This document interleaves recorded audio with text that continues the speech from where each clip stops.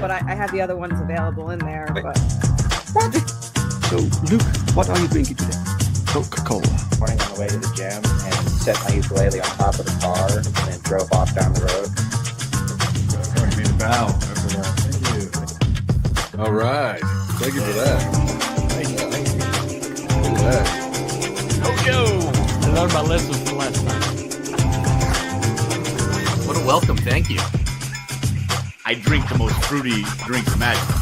It's laundry day. it's laundry day. So you always wear hats with laundry day? I'm going to do you a favor, James. Magic say, later. So how did you two meet?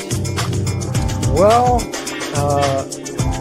there's these places in San Francisco. I think they're called bathhouses. It's like one of those things where everyone wants to focus on like the big events that happen, but day to day, what we're doing is we're on like Boulevard Draw Street smoking weed, making comics. It's chill. It's so much fun, and like Man, it's I'm not a YouTuber. I do this because I want to sell comic books.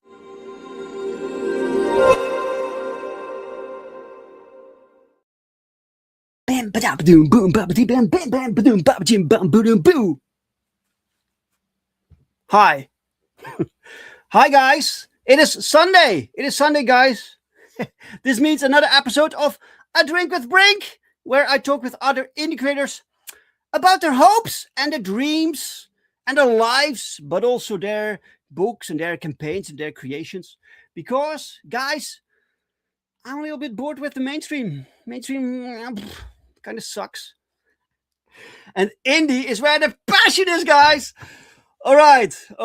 I hope your weekend is nice and your Sunday is relaxed and all of that. And I have done some work today. There's always something to do, you know. I've done some work. I spent about 8 hours today, building a map for my fantasy, my high fantasy story that I'm working on, called Ravik. So we are kind of slowly starting that. So right. At least the part with the drawing, the art, all of that. Meanwhile, for over 2 years now, I've been working on the story, the world. So today I've been doing map making, which is really cool. I need a map for this particular story. It's a lot of work, guys, but it's really cool. And it's something different. I've been making like superhero books for a long time now. And this is something different. And I kind of decided last week that I wanted to have a different approach to it also. So it's not only so the way that I structure the script will be different, but also it will be produced differently. So we will go for a larger size European style book, right? So we can really showcase the artwork and the beautiful landscapes and all of that. I want to have a little bit of a European flavor, right? So yeah, it's really cool. I'm really excited about it. But if you prefer superhero books, awesome superhero books, we also make that. And Safeguard is almost done with production.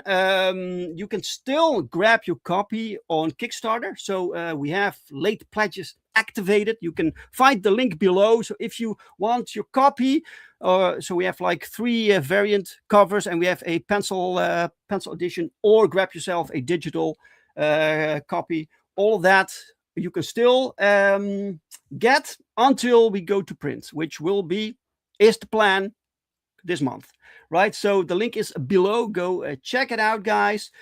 All right. Pops is with us in the chat. Welcome, Pops. Nice to see you. Madness Entertainment Group. Guys, we are broadcasting through the Madness Entertainment Group, so multiple channels. Thanks to Pops. Thank you so much. Hey, Will, Creators Outlets. Welcome, sir. Welcome. How are you doing? And what are you drinking? Let us know. Mike. Hey, Mike. Welcome. A sunny day, 20 degrees Celsius at noon. Oh, that's nice. To you, Dave, Luke, and all, coffee, tea, and water for me. Oh, you couldn't choose? Just everything. All right. Welcome, Mike. Nice to see you. That Scott Emma wedding cover by Uko Smith did not suck, though. Yeah, that there was. But it's not a... at least I don't think so. It's not a official cover, but it should be because it's fantastic. Parkour Prankster, welcome. Hey, welcome. Nice to see you. A new name. Nice to see you. Welcome. And Posthumous O or Posthumous 0. Not sure. Salute to you. Nice to see you. Welcome. Are we allowed to ask questions? Yes, please do. Hey, Crenshaw's also here. Hi, Dave and chat pals. Nice to see you, man. A lemonade. All right, lemonade. Well, if life gives you lemons, right? Okay, guys, it is time for a guest. It's time for the guest for today. It's a returning guest. I think this is his third time here, which is great, which is fantastic. This means somehow people like being here. So really cool. All right, let's do this. Let's see what's going on with the guest of the hour. May I have a very warm applause for Mr. Fresher Luke.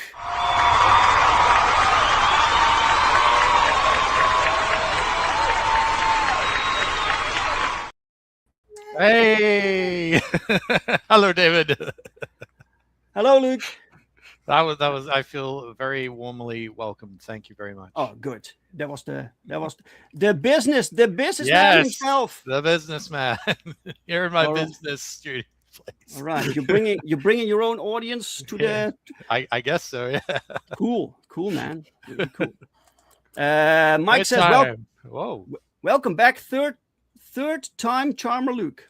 I hope so. There you go. I hope so. All right, Luke. We can't see, but I trust you. Because this is a like the first question before we can do anything, right? Yes. So, Luke. Yes. What are you drinking? Water. I kind of knew, but well, I told you before we went live. Yeah, we need, but the audience demands sandwich. What do I need one of those for? Someone what make you him say? Right. All right, man. How are you? First off. Great. I'm doing great. Thank you for having me here. This is a great honor to be on the great Drink with Brink podcast. And I'm glad to see you've been doing well in the meantime. This is like you. Look, man, you worked in animation, like 10 years ago. 10 years ago. It's been that long now. Time really flies. Really? 10 years ago? I think it's been a few years since I've last been on this show, actually. Oh, yeah, that's I've been doing this for 5 years and time flies, man. But so for the people who don't know, just short story, who is Fresher Luke? Sure. Oh no, he thinks. Oh no. Just dang, I didn't realize. Hi, I'm Fresher Luke. I'm an animator, storyteller, and a general businessman. I'm an independent artist. I've been an independent artist for basically the last 7+ years. I used to work in the animation industry. I've worked on various shows like Steven Universe, Ben 10, Gravity Falls, Nico and the Sword of Light, Black Dynamite, and a host of others that I'm like, that I'm not going to list right now because there's too many. I have a short film called Dungeon Crawlers somewhere online. You could probably find it on YouTube and see all the horrible things people have accused me of. And I've basically been an animator in exile for quite a while now. And it's great. I don't got to deal with any HR ladies or any other office politics. And now I am being an independent artist. I have my own independent book, Something Man, which you've been kind enough to have me on here to talk about today. Excellent. Excellent. That was a nice summary. Thank you so much. Parkour Prankster says, it only feels like yesterday. Ever since, I've learned so much from Luke's stories and experience. Oh. Stories of caution, I imagine. And yes, guys, please smash that like button. Thank you so much. I'm barely even 30. All right. Well, that's... Whoa. You got your whole life ahead of you. Yeah, man. Right. So how is the independent life like what's how do I formulate the question? Yes, please formulate this question. So you've been doing independent work for yourself now for 10 years, right? More or less, yeah. More or less, yes. So but it's not something you actually chose. I guess not, but right. You know, I guess I was thrust into that, but right. I guess one way of thinking about it was I was pushed out of a burning building, and I guess I kind of landed on some rocks. Oh. And then I kind of rolled onto a little bit of grass, so it wasn't all bad. Okay. But yeah, you know, obviously I know I say I'm a businessman because that's obviously the kayfabe of, you know, this avatar character I have, but in reality, obviously I'm an independent artist, and you know, creating and making things is sort of at the crux of my being, and no matter what, I'm always going to be trying to. Yeah, I guess that's a good thing that once was cool, saying I didn't choose the gangster life chose me. So. Yeah, man. So I've just been doing that. I've been doing a lot of freelance for notable, I guess, people online. The one that I can talk about was I finished. It was a little while back. I finished like a 3-minute animated short for Sam Hyde a few years ago. Cool. I don't know whatever became of that, but he paid me, and so that was good. And so I've sort of been doing little bits and pieces for other people as well as my own stuff. And that's more or less how I've sort of been staying solvent and keeping the lights on. Right. Since I was last on here, I guess. All right. Yes. But it's really cool that you have like clients, like people know where to find you for jobs. Yeah. Well, yeah, like I have had to. It's been a long process, kind of hard. I'm still working on it, trying to rebuild my client list. But yeah, I have been able to get a few clients here and there, so that really helps pay the bills. Right. And you're kind of like, so you can do like illustrations, but people can also, you do animation, right? So yes. Well, I am like a trained animator. Like I have a bachelor degree in animation, so yeah, I can do that as long as they're willing to pay my fee. I've had people who are like, give me an 11-minute TV series, and I'll pay you $5 or something, you know. But right, you know, that's obviously the ridiculous low end. But those who are willing to pay like my actual rates, yes, they're often the clients that I tend to want to work with. So yeah. Oh. Great. Yeah. So do you it sucks, man, that I need to ask this, but do you notice that there is that people have, like, now with artificial, like, generated stuff, right? Yes. So you often see like people make a drawing and then look, it can move. Look at right. So I've done that. Sure. Yeah. But you can do it, right? So, but some people, they try to sell material this way, correct? So it kind of, for me, it doesn't. I kind of not a fan, right? I can. Oh, okay. So, what's your thought about that aspect of about AI in yes. general? I don't know. I guess I have a more nuanced take. I kind of see it as ultimately the ultimate democratization of stuff. In my mind, I think everybody has that one story in their head, right? And the problem is that what has previously been the case, that there was always a divide between those people who had that one story in their head from those who could actualize it and those who couldn't. And usually those who couldn't had something happen in their life where they had to make a hard choice and sort of give up on their dream of telling that one story. Whereas guys like you and I, we put in the hard yards and we learned our craft so that we could actualize those stories.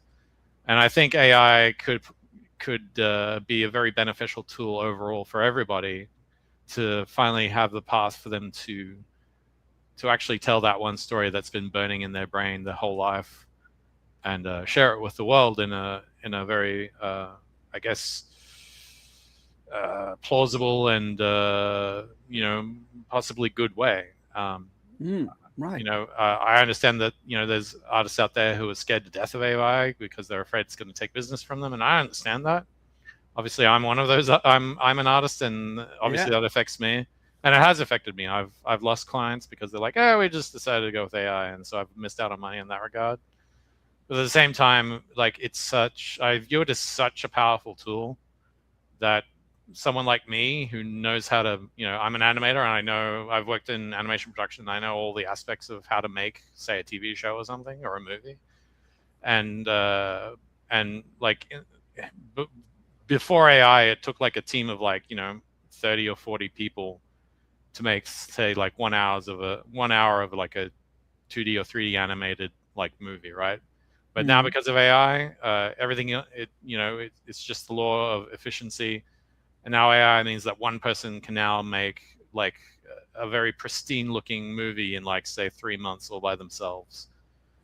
And the audience I don't think the audience is really going to care. They don't really care how something's made as long as it's good. And so I think the new measuring stick will be between the good storytellers and the bad storytellers.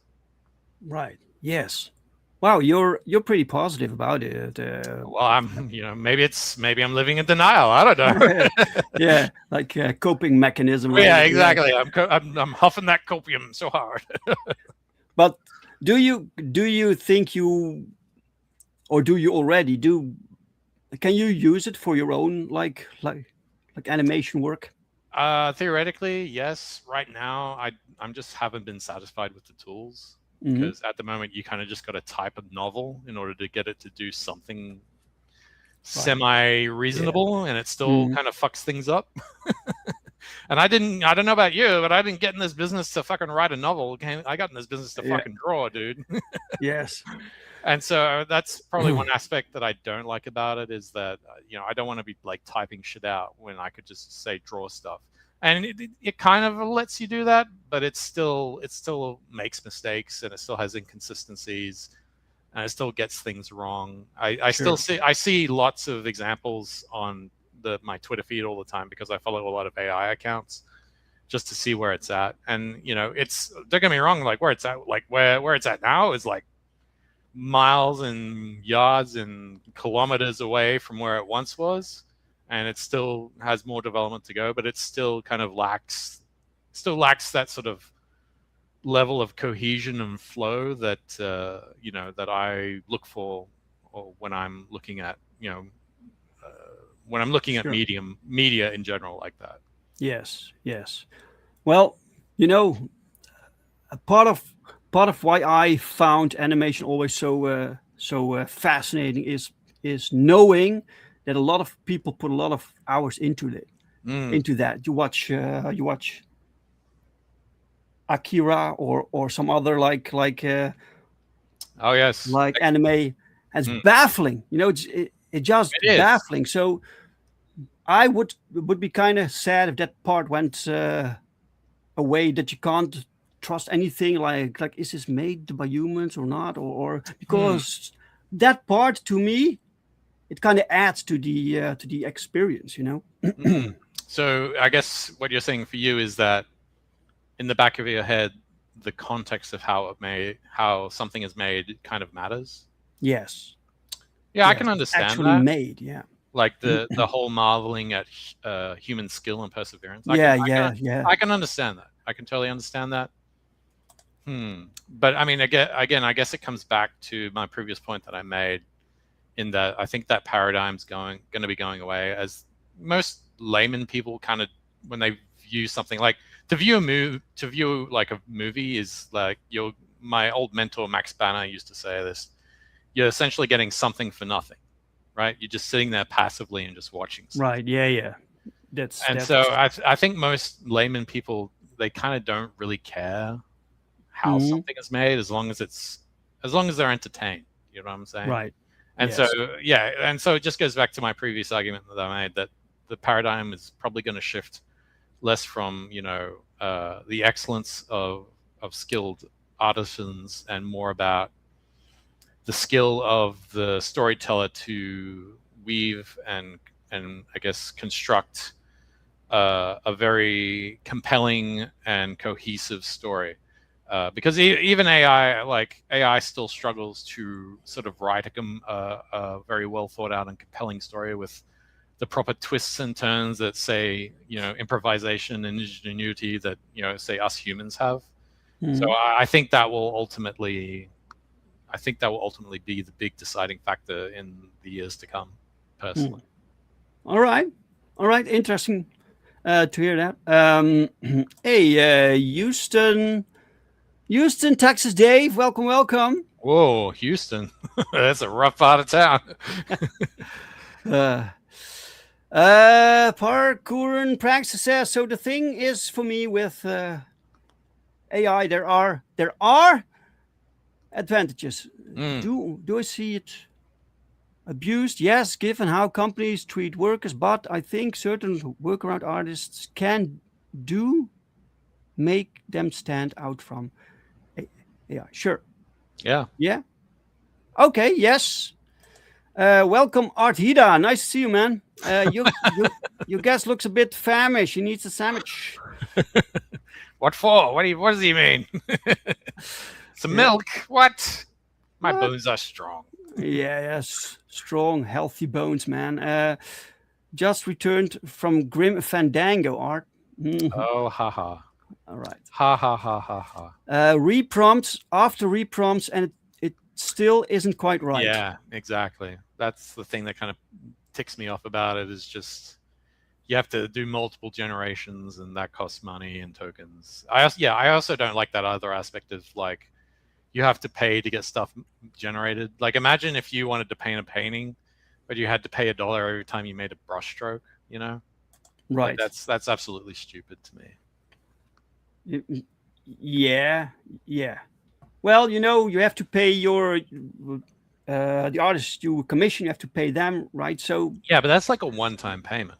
Sure, right? Yeah, you know what I'm saying? Like imagine if you were like a guy who built houses, and you had like a hammer and shit, but every time you wanted to like put in a nail or hammer in a buttress or something, you had to pay someone like $1 every time you did that, and then it never really came out right, and you're just like, what the heck? I just paid for this. Like, well, we could do it again, but you got to pay us again. It's like, no. Right. All right. Let's see. So for today, you have something to showcase. So let me bring that up. Because you are working on a comic. Correct. Yes. Called Something Man. Yeah. Something Man. Yeah. It's Something Man. Correct. Yes. Just so you know, it's Something Man. Something Man, but it's Something Man. It's Something Man. Oh, all right. Okay, cool. So yeah. So tell us about Something Man. What's going on? What's this about? So this is my little independent comic book that I've been doing, that I'm selling online. For some reason, Gumroad will not show it to me because they're jerks. But it's essentially like a sci-fi future dystopian comic book that I'm just trying to bring up the little blurb. I'll just read the blurb. Just because it's Alright. much easier. Okay. So Okay. anyway, it's a future sci-fi dystopian comic book that's set in America after the Second Civil War, and the government of the United States of America is overthrown. Society collapses soon afterwards, and in its place, the collective territories of the Greater Americas, or the CTGA, is formed, turning the once free nation into a communist future dystopia filled with social credit scores run by an authoritarian AI. Fun. And a new generation of citizens that exhibit amazing supernatural abilities who are rounded up and used as cannon fodder to maintain the new regime's grip on power. One of these individuals is a young woman named 43 with the ability to observe and analyze her world around her that most cannot perceive. She can feel only a strange sense that the world she lives in is amiss. That is, until she meets a certain someone or something. Dun dun dun. Man. Okay. Yeah, man. All right. So there's a lot going on. Yes. And what I always like to know with these things is do you remember what happened that got you inspired for this particular story? Yes. I shall elaborate. Thank you. So you're talking about the inspiration for the story. Yes. Yeah. So lots of different things. Obviously, we've just gone through the last 10 to 12 years of the Culture War, where those on the far left have done a lot of really terrible things to America. They've torn down statues of our past, as communists do, to try to erase history. They've tried to indoctrinate our children and put them on HRT and put them through gender realignment surgery in order to rob us of our future.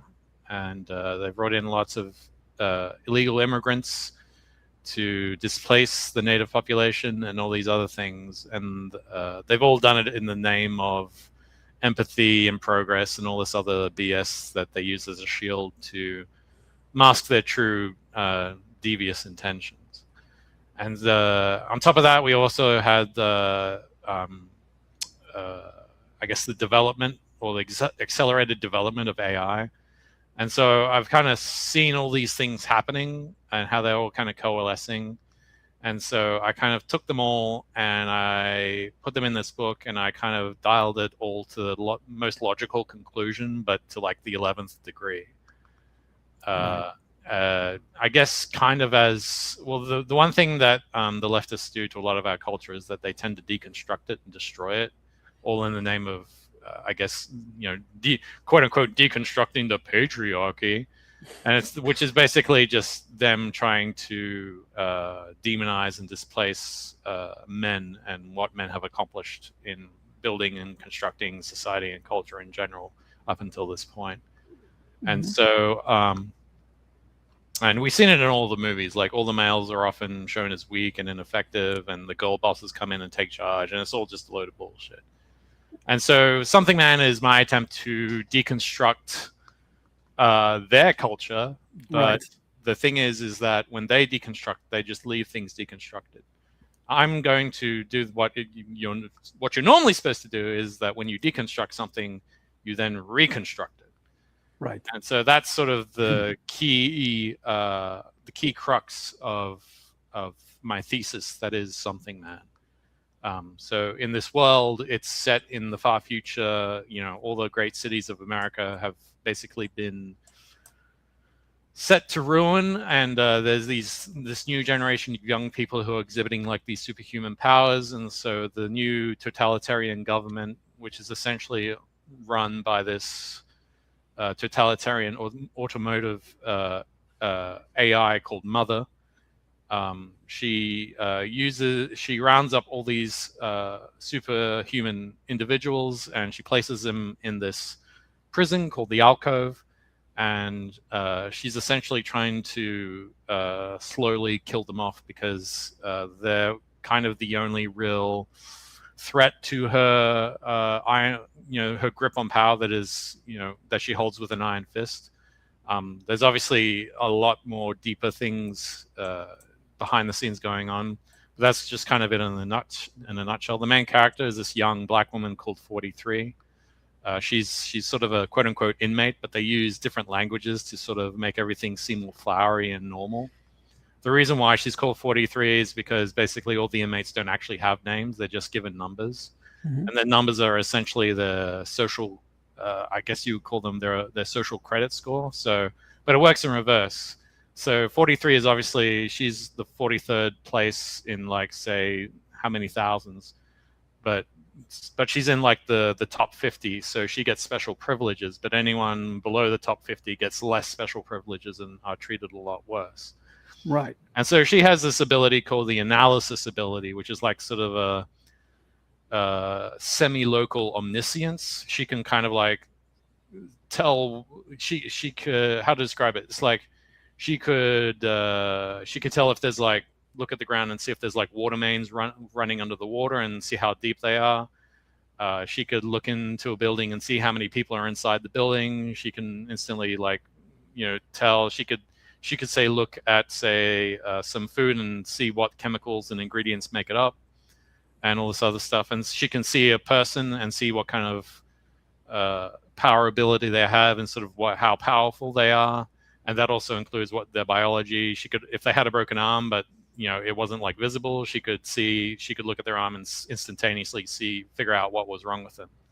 Right. And so she's in this world where, everybody's got all these pronouns, they have all their different oppression categories and stuff like that. There are people who are women who are claiming to be men and men who are claiming to be women. And she's seeing all this and she's going, wait, the thing they're saying isn't quite matching up to what they're telling me. And the thing is, like, up until recently, she's basically grown up in this prison because they go out and mother goes out and detects who these superpowered people are when they're just children, and they send out other inmates to go and collect them and bring them back. And so she's grown up in this prison whole life, and she doesn't really know anything different. And it's only just now that she's sort of kind of looking around and she's going, wait, something's not quite right here. But she can't quite figure out what's wrong because she doesn't know anything different. And so anyway, this first issue of Something Man, it's sort of her going through, like, there she's in she's doing a debrief in a quote unquote safe space or interrogation room is what it really is. And those are two of her handlers. And she's recounting sort of her previous expedition that she went out on to try to, I guess, apprehend a young boy who has the ability to create explosions. And she's trying to sort of tell this story, but at the same time, she went out with a team. And because her skin color was a certain color, and she was a certain gender, she's female, and she's in the top 50, she's automatically made the leader of the group, but she doesn't really know how to do it. And because of her inexperience and her indecisiveness, her entire team gets murdered or killed in front of her because of this boy's explosions. And so she's suffering from PTSD of this. And at the same time, it's like her handlers are going, hey, like, it's okay. You did your best. Just tell us what happened. And so she's trying to tell them what happened. And as she's going through she kind of narrates the whole thing like an internal monologue. And you're sort of seeing what's going on in her head. And the thing that she kind of doesn't tell them about is that as all of her team are killed and she's sitting there trying to figure out, she's sitting there going, oh my God, I wish I could have done more. I wish I could have done better. I wish I could have done something. And then she hears somebody say, did somebody say something? And then this person appears, this person in red. Cool. You can probably scroll all the way down. All right. Oh, all the way down. To show that all the way down. When you see him, he's going to be red. So yeah. So here you can see that there's that's the group there. They're in these shoppers and they have these handlers. Oh yeah. These handlers, they're the person with the clown mask and the suit. She's an agent from this bureau called the Bureau of Affirmative Action. and they basically are they're kind of like they're kind of like the SS, so to say. They're the enforcers or the handlers, so to say. And so they drop them off saying, you need to go get this kid, and if you don't get the kid in an hour, we've authorized the AI to drop a nuke to neutralize it. So if you don't come back within an hour, then that's what's going to happen, and it's on you, right? Wow. So they're treated like cannon fodder, basically. Love this panel, by the way, with the blowing wind. Yeah, Everything. this is Really this cool. This is from the explosion. Everything's just kind of been destroyed. Oh. And so anyway, yeah, you could probably keep scrolling all the way down really fast. Yeah, so the I'm just admiring the artwork, man. Thank you. Looks good. Very the sheep of the state. The good one, Mike fan. Yeah, and you can see that you are like you have experience with animation. Like, thank you. Yeah, it's like I worked in the industry. Yeah, man. Who would have thought?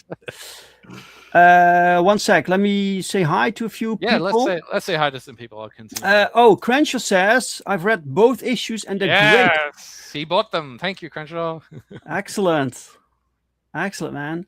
Parkour Prankster asks, it's like psychic ability mixed with encyclopedia knowledge. Sort of. It's like the concept of the analysis ability is kind of like in Dungeons and Dragons when you roll for like observation or analysis, right? You kind of see like the health bar. It's like that, but it's like a localized omniscience. So she couldn't tell, like whatever's outside of a line of sight, she couldn't tell what's there. But whatever's like within her purview, she has sort of like a almost intimate or innate knowledge of what's happening sort of underneath the surface, so to say. Right. Yeah. Cool. Welcome, Marinus, Cosmonaut Comics. Welcome, sir. Guys, go subscribe to Cosmonaut Comics YouTube channel for daily comic book reviews. Welcome. Let's see. Bureau of Affirmative Action, BAA, the sheep of the state. Wow. Yes. So essentially, they basically, again, it's about using flowery language to mask like sinister intentions. So that is clever, man. Yeah, really good. Yeah, this is art. This is what creative people do. You are like frustrated with things, so yes. You turn it into something else. It's like cathartic, right? So yes, exactly. So make something of it. Yes. I mean, that's ultimately my goal. Like, I want to give people some kind of catharsis where they just recognize something. They're like, I know exactly what that means, it feels like. Yes. Also like the I don't, it's so that's Agent John. This guy dressed as that's Agent Unicorn. Okay. She or Zer as he goes by. He's actually the bureau agent, like the chief of the Bureau of Affirmative Action, and I'll just say he because I'm not into that shit. Yeah. So he's kind of been sort of like keeping 43 under his wing, so to say, because they like to use people of different ethnicities as sort of like a purse puppy, so to say, kind of thing. And so here she's sort of talking about the other members of the team and what their abilities are. And I don't want to rush through it, man. It's okay. Matt Law, welcome, sir. More like when Neo looks through the Matrix code. Kind of. Yes. Welcome, Matt. Right.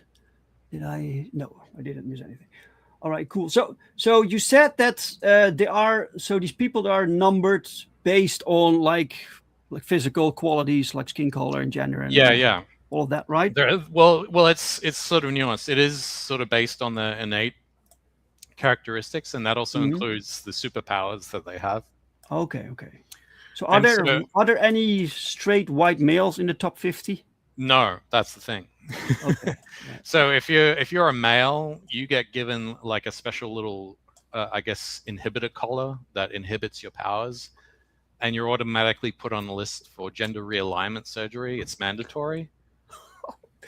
Okay. And in issue 2, like I explore it more in issue 2 because there's this one character that 43. There's this male character 43 kind of has a crush on. She has deep affection for, and his ability is to reform inorganic matter like at will. So like he could turn a spoon into a flower, and and he has like a collar around his neck to inhibit his abilities, and he's also on HRT to sort of get rid of that pesky testosterone that all men have. And he's also white, and so a lot of the white males get their heads shaved, whereas all the women and everybody else, they get to keep their hair. And so it's kind of a dehumanizing way because this is just a horrible dystopian future that they're in. Wow. Yeah. So, but you also said that so it's also like at the same time like a social credits number. Yeah. So does this mean that people can get removed from the top 50? Will they be replaced? Will they get renumbered? Well, that depends. Like if they misbehave and they use wrong speak, if they say the wrong thing, because Mother monitors everything, like every aspect of their lives, like both audio and visual. And so if they like say drop an N-bomb, then yeah, they can get kicked out of the top 50. They lose credit scores. And so and it's talked about in the book here. Like 43 kind of like explains sort of that situation. Wow. By the way, it's pretty tricky, I think, as an artist to make this scene. So you have this scene, you constantly cut back to this room, this safe space or whatever, to make it interesting constantly, because it's basically the same like setting, right? Yeah.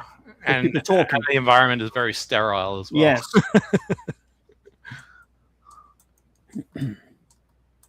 Cool. So here they've finalized the interview, right? And so she's kind of ruminating and talking about the world. And this is sort of the start of the look of sort of the new government and the society that she lives in, or the prison that she's in. It is kind of depressing, man. It is. Yeah. I mean, it's wonderfully drawn. It's well thought out. But when you read it, there is this like it's based on something we can recognize, and you can imagine things going this route in certain exactly aspects. Yeah. Yes. Yeah. So yeah, here she's trying to get back into her pod, her little studio pod. It's like that's it. That's basically the room. It's also sterile.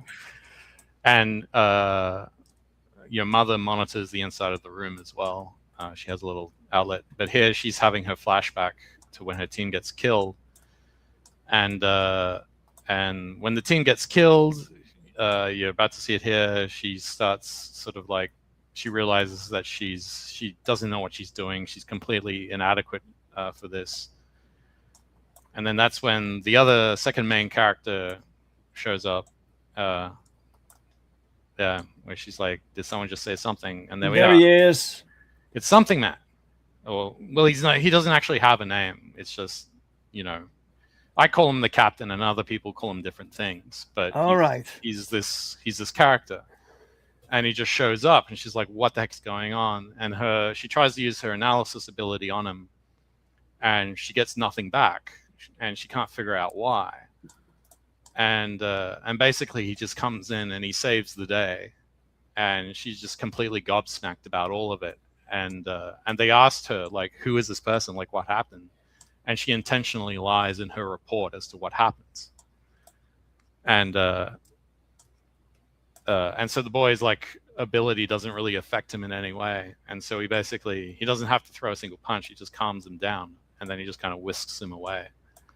And that's sort of the start of this series that I'm looking to sort of work on and get made and do more issues for. Really cool. Yeah, man. Wow. I also like how sparse you are with colors. Like the colors are very So the the whole use of color and non-color is sort of to show the world they've lived in has just it's a commentary of sort of like the world that the leftists would prefer us to have. I think there was an old meme with a screenshot from Fairly Odd Parents where all differences and everything have been removed from the world, and as such everyone and everything is just a gray blob. But then along comes Something Man, and he's just he's all red and he's full of color, and he's sort of like this it's like he's from another sort of world where the world everything was more colorful, like the comic books of old, and people had hope, and the world was filled with life, so to say. Right. Great. Good visual storytelling here. And and in issue 2, it's like I play around with that idea of color as well. Just this idea of like how corporations, in a sense, want the world to be completely bland and black and white. So then when they play the advertisements on the video, it's just full of color, so that your attention is only ever focused on what they're trying to sell you and indoctrinate you, so to say. Wow. Mike's referring to the statue from a few pages back. Yes, that's quite a statue. Yes. But you do see these retarded statues being like put up, right? Exactly. So it's really weird. Just like really ugly, ill thought out statues that I would hope someone would tear down eventually. Yeah. All joining colors have been dried out. Yes. Right. Yes. Do you can we take a look at issue 2, or would you rather not? No, let's do it. Okay. You did show the ending of this one, though. I told you not to. to. Sorry. Yeah. I'm sorry. That's about right. That. We won't show the last 5 pages of this one. Just tell me when to stop. Well, I mean, I was hoping you would figure it out, but anyway. Oh, sorry. Yeah, it's fine. I'm not that smart, So anyway, here, this is an example. This is like after the mission, it's she's just trying to figure out why they're not talking about what really happened. They're blaming Russia or China for the giant explosion and just giving crazy excuses. So if I kind of explained the basis of it, so I think now if people have questions, I did see the 90s movie Pleasantville. That was a huge inspiration for this. If you have questions from looking at stuff, I think now is the time, and I'm happy to. If I feel like I may have missed out on including something which happens. So right, yes, yeah, guys. So the art here looks a little bit different from the first issue. Yes, the art has improved. Okay, but it's not like so this is not like a style choice in like issue. This is like an evolution of the style choice. Right. Okay. Because obviously the second issue I learned from my mistakes of the first issue, because I was kind of treading into unknown territory, so I was a little unsure. All right. And so with each issue, I kind of get a better grasp and a better idea of what it is I'm trying to tackle. And eating worms. Yeah. So basically, they all eat basically bugs and worms. She asked if she wants some cricket bread with that. Cricket bread. No, thanks. But those are the good meals that the top 50 get. Everybody else gets something worse. And so here's sort of an example of what I was talking about. It's like, the sky is this artificial pixel sort of clouds to simulate the real sky, and there's all this propaganda in color that is sort of bright and colorful, designed in such a way where you can only ever want to focus on that stuff instead. So right, and they have like an oppression stack list of or a ranking list Holy shit. Of who's them, and it changes like every week or something. Like the list rearranges according to whatever mother the AI decides on. And there's like little drones there, sort of like flying above them, sort of monitoring everyone's conversation and what they're doing. Wow, you probably also had to do a little bit of research, which I a little bit. If you look there on the left, that's the Wheel of Privilege, which was I forget her name, but it's by this crazy woman who I wish would die really soon, and so I had her die in like 2028. I think I had her die in. It's like because it's supposed to be in remembrance of her. 27. It says 27. 27. All right, Wait, let me- 27. Yeah. So it's Duckworth. like, yeah, That's her name. Okay. Sylvia Duckworth. That's right. And so there's like it's supposed to be like a memorial, because all the single studio rooms have like these TVs, and the TVs have cameras, so they all make sure they're always monitored to make sure to see how they're reacting and watching what's going on the TV. And so that is probably a documentary of Sylvia Duckworth's life, of her life and how great she is and how she created this wheel of privilege that everyone should abide by. And so it's, it really is a totalitarian kind of environment. It's great. You can make a Venn title diagram. Basically. That's a good one. Yeah. Yes. Everything is so sterile and bland. Yeah. The other thing is, so this is the mess hall, or I guess you could call it the cafeteria. Only certain groups of people are allowed to sit with other certain groups of people. Oh. So only black people are allowed to sit with other black people. Only women are allowed to sit with other women, stuff like that. But today is called Co-Mingle Day, so everybody can kind of sit with whoever they want. Co-Mingle Day. Yeah, it's like, what do you call it? Like at work, it's like casual clothes day or something. Oh, right? yes. Yeah, but instead it's about whatever sort of inherent identity, quote unquote identity you have. Right. That's what you're allowed to do. And so she in the story here, she's kind of like looking for this one person that she gets to sit with on this one day. There he is. And that's him. That's 770. And yeah, it's sort of about, he sort of kicks off the sort of, I guess, the main plot of the story. So he is white? Yeah. Okay, right. Even though he's gray, he is white. Yeah. So, but some of these guys, they have they have these weird looks because of their like mutations or whatever. Yeah, they have different powers and abilities. Yeah. Yes. Basically. So sometimes it's not easy to classify them. And yet, that, I mean, Jordan Peterson has talked about this. It's like there's this, when you follow that kind of line of thinking, it has a chance to fractionate almost infinitely. Mm-hmm. You know what I'm saying? It's like, right. Are you black, disabled, gay, trans, blah, blah, blah, blah, blah, blah. And in which case, then you have more privilege than the person who has one less than that, so to say. So, yes. And so that kind of, that feeds into that a little bit. Right. Cool. And you see those doors behind them there with those different colors? Oh, yeah. Those are the toilets. Oh, no. Yeah, they don't even use like symbols. It's just colors. Yeah. So what if you're colorblind in this world? You're kind of fucked. Well, then I guess your oppression score will be pretty high. Oh yes, yeah. Oh man, there's so much. It's a crazy situation, but it's very inspiring for a story and for the setting and this world. Tell me when to stop scrolling, right? It's I don't want to. I think you can keep going. We're still just at the beginning. Okay. Yeah. And these are pretty. So how many pages are these? Roughly 50 pages each. Yeah. That's sort of been my hard cutoff. Okay. Otherwise, I'll just go crazy and make like 200 pages for like one thing.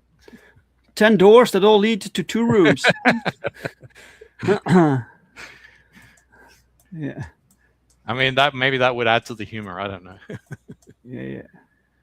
I love the concept, man. Yeah, and so here she's kind of sharing her food with him because he doesn't get protein because he's number 770, so he only gets basically this chemical soup, which is essentially that. Well, the other thing in this world is, you could probably stay on that. The other thing is that they have this concept called assisted graduation. And assisted graduation is essentially euthanization. Oh. And so what Mother does is, once the person has decided that they want to, have assisted euthanization, again, they're using flowery words to mask a sinister intent. So that's why it's called graduation. So when somebody asks, hey, where's this person? And they'll say, oh, they graduated, which is just another term for saying, oh, they just offed themselves. And so she takes those bodies that have just off themselves, and she processes them and turns them into a slurry and feeds them back to the lower, the under 50 class, and that's basically what he's eating there. But 43 can't tell because she adds a lot of chemicals in that to sort of mask the taste. And so she shares her worm gruel with him because it's the only real protein he ever gets, like once a week, just because she feels pity for him because he's on HRT and he's on the mandatory gender realignment surgery list, and he's been trying to get off of it. And so he's just constantly sick all the time, and she can see that, and she feels very, very sorry for him because she does genuinely have feelings for him. And so it's like this tiny little spark of humanity in this very cruel world, so to say. Right. And here Mother sees what they're doing, and she interrupts them. And because Mother monitors everything, her and him have to sort of repeat this sort of invisible script with each other so that it doesn't set Mother off. And so they just, every week during commingle day, they just say this exact same thing over and over again. Kind of like it's a little bit of a game for them, but they know why they have to do it. Right. Wow. Yeah, man. It's a fascinating story. I think so. Guys, if you find this interesting, you can buy it at Luke's Gumroad store. Let me see if I can bring that up for a moment. Mm-hmm. Wait, stop sharing. All right, let's. By the way, my laptop suddenly, I was a little bit. So my laptop suddenly making a lot of noise, so it's probably the heat. So if I you black out, I gotta carry on the show. yeah. Hopefully, welcome to a drink with Fresher. All right, share the screen. So you have your Fresh Luke Gumroad store right here, guys. The link is pinned in the chat, guys. It's also below the video, so you can check it out, and you can buy Something Man 1 and 2, and also Forsaken Gods, your other masterpiece. Yes, thank you. Yes. Yeah, so they're all digital. I find digital kind of cuts out a lot of the costs in regards to materials and distribution. I keep calling my printing guy, and I'm like, hey, where are the prices at now? And he's like, they keep going up. Mm-hmm. And I know people like having physical media, but right now I feel like digital is really just kind of like the easiest and most straightforward. Anybody all over the world can buy it, and I am looking to try to get these books translated into other languages. Oh, because cool. Because I do have followers from other countries as well. Cool. Would you be interested? Did you ever check out what it's called? I forgot the name. The digital platform comics something. Oh, I know the one you're talking about. Yeah. Is it Gateway?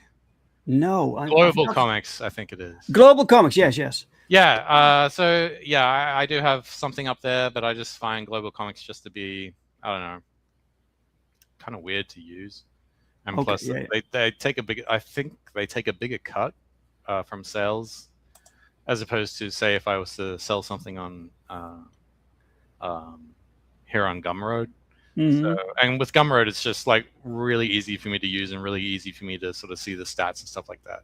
Global Comics is kind of a bit of a maze for me to navigate, but I do have an account up there that I just don't talk about it as well. Okay, so yeah. So guys, go buy it here for just $2. You have a wonderful comic book, 50 pages, and it's. Do you know how many?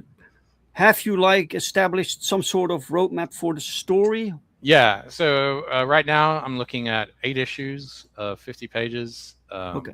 Just because of the nature of the story, and that's basically what I'm aiming for.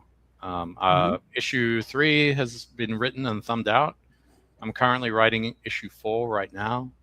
and I just haven't had a chance to really get into it just because of paying work at the moment, and sort of the last 2 weeks have been really not great for me. I've been out of my studio for various reasons, which I won't get into, but I'm back now, and hopefully I can start to get back to work and get more issues out for people. Right. Yes. Yeah, man. And what about Forsaken Gods, by the way? That is like What about it? Well, that's kind of a cool concept also. Thanks. Is there one volume, or are you planning other? There are plans. I do have a Patreon that I'm kind of posting sort of behind the scenes stuff for that. Okay. Right. But right now I'm just mostly focused on work and sort of doing something now, just because I think something that is a lot more topical, given everything we've been through. And so if I leave it for too long and I do it later on, people are gonna be like, "Ugh, this is old news. This is like yes, this is a 2030 story. Why are you telling this in 2034?" So and then you're like, "Well, I also have Forsaken Gods, so go check that out." Yeah. So give that a try, and yeah, it's a cool little PDF, and I know you get to keep the PDF, and it will be yours forever. And leave a review if you so desire. I've already got 2 5-star reviews right there, so if you buy it, great. Leave a review. Was that you, Crenshaw? Yeah, it probably was him actually. So that was nice of him. So yeah, cool. give it a shot. I'd really appreciate it. All right, fantastic. Excellent work, man. Guys, all the links you can find in the chat or below. Go support Fresh Luke. Go check out his comics so he can make more. And go support Safeguard for my friend Dave Brink here. Safeguard, yeah, you can still back Safeguard if you want until we go to print. So the link is also below, guys. So go check that out. Also, and Luke, thank you for being my guest for today. And good luck with your creative endeavors, sir.